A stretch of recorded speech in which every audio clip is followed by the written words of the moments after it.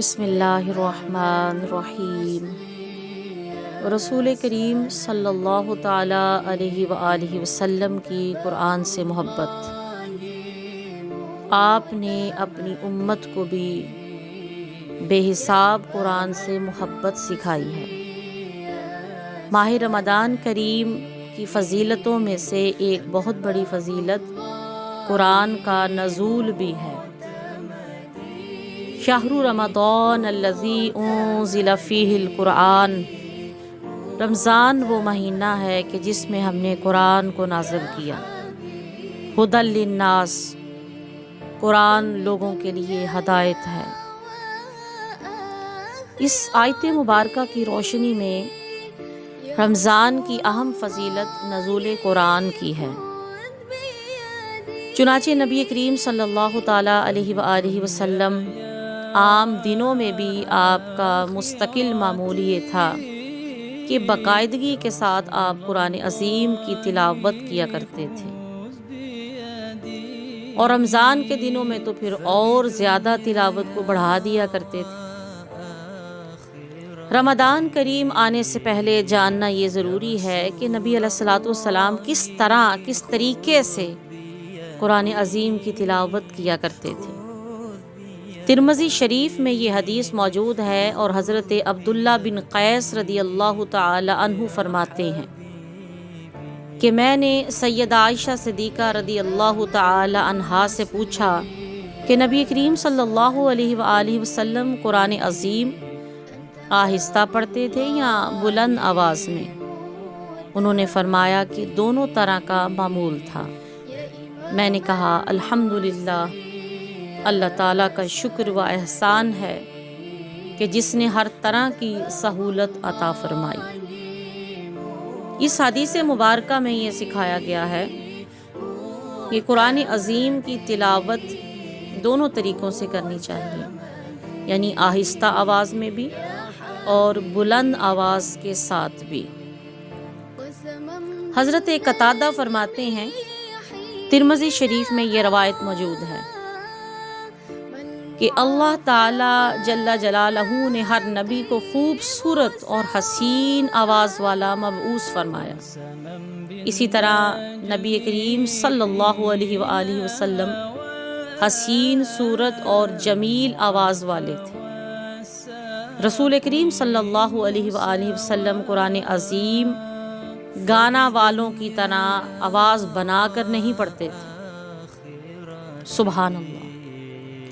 نبی علیہ الصلوۃ والسلام کے صحابی رسول حضرت قتادہ نے اس حدیث میں امت کی رہنمائی یہ کی ہے کہ اللہ کریم نے آپ کو چہرہ مصطفیٰ یقیناً خوبصورت تھا اور خوبصورت عطا کیا، اس کے ساتھ ساتھ آواز کو بھی خوبصورت عطا کیا تھا،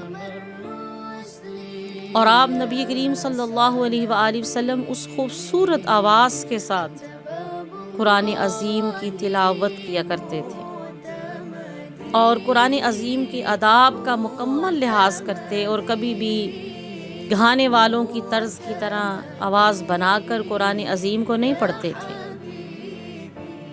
اس میں امت کے لیے رہنمائی ہے کہ قرآن عظیم کو کس طرح اس کی تلاوت اللہ کی بارگاہ میں پسندیدہ ہو سکتی ہے۔ ترمذی شریف میں ہی ایک اور حدیث موجود ہے۔ حضرت یعلا فرماتے ہیں کہ میں نے ام المؤمنین حضرت ام سلمہ رضی اللہ تعالی عنہا سے نبی علیہ الصلوۃ والسلام کی قرات کی کیفیت پوچھی، تو انہوں نے ایک ایک حرف علیحدہ علیحدہ صاف صاف کیفیت بتائی۔ سبحان اللہ۔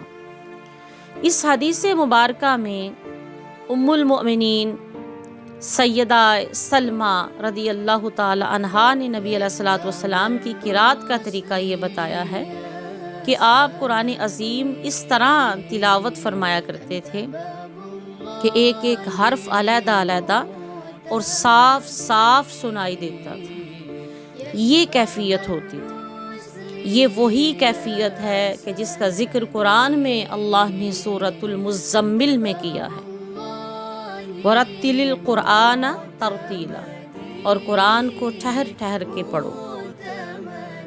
چنانچہ اس رمضان کریم میں ضرور ضرور ہم سب کو کوشش کرنی چاہیے کہ نبی علیہ الصلوۃ والسلام کی اس معمول کے مطابق، قرآن عظیم کے حکم کے مطابق قرآن کی تلاوت کی جائے۔ مگر اب سوال یہ پیدا ہوتا ہے کہ اس معمول کے مطابق قرآن کی تلاوت کرنے کے لیے کیا چیزیں ریکوائرڈ ہیں؟ سب سے پہلی بنیادی چیز ہر مسلمان مرد اور عورت کے اوپر جو لازم ہے کہ وہ قرآن کے حقوق کو سمجھے کہ قرآن کے حقوق کیا ہیں۔ جب تک قرآن کے حقوق کو نہ سمجھا جائے، یقیناً اس معمول کے مطابق تلاوت نہیں ہو سکتی۔ قرآن کا پہلا حق یہ ہے کہ قرآن کو تجوید کے ساتھ اس کی تلاوت کی جائے۔ تجوید یہ وہی طریقہ ہے جس طریقے کے مطابق حضرت جبرائیل علیہ السلام نے نبی علیہ الصلوۃ والسلام کو سنایا، نبی علیہ الصلوۃ والسلام نے صحابہ کرام کو سنایا، اور صحابہ کرام اسی طریقے کے مطابق پڑھا کرتے تھے۔ لہٰذا اردو طریقے یا پنجابی طریقے یا کسی اور طریقے سے قرآن کی تلاوت اللہ کی بارگاہ میں پسندیدہ نہیں ہے۔ اللہ کی بارگاہ میں پسندیدہ اور مقبول تلاوت وہی ہے جو تجوید کے مطابق اور نبی علیہ الصلوۃ والسلام کے طریقے کے مطابق کی جائے۔ ترمذی میں ہی ایک اور روایت آئی ہے، حضرت قتادہ فرماتے ہیں کہ میں نے حضرت انس بن مالک رضی اللہ عنہ سے نبی علیہ الصلوۃ والسلام کی قرات کی کیفیت پوچھی تو انہوں نے فرمایا کہ رسول کریم صلی اللہ علیہ وآلہ وسلم مد والے حروف کو مد کے ساتھ کھینچ کر پڑھتے تھے۔ سبحان اللہ۔ اس حدیث میں پھر وہی رہنمائی کی جا رہی ہے کہ قرآن کو مکمل مخارج، مدات، وقوف اور اس کے تمام آداب کے ساتھ جب قرآن کی تلاوت کی جائے گی اور اس میں خشوع، خضوع، درد، ذوق اور شوق ہوگا تو ایسی تلاوت ہی اللہ کی بارگاہ میں پسندیدہ ہو سکتی ہے۔ جلدی پڑھنا قرآن کو، یا معاذ اللہ پنجابی طریقے سے یا اردو طریقے سے قرآن کو پڑھ دینا، ایسے تمام غلط طریقوں سے قرآن کی تلاوت جو ہے باعث ثواب کی بجائے باعث گناہ بن جاتی ہے۔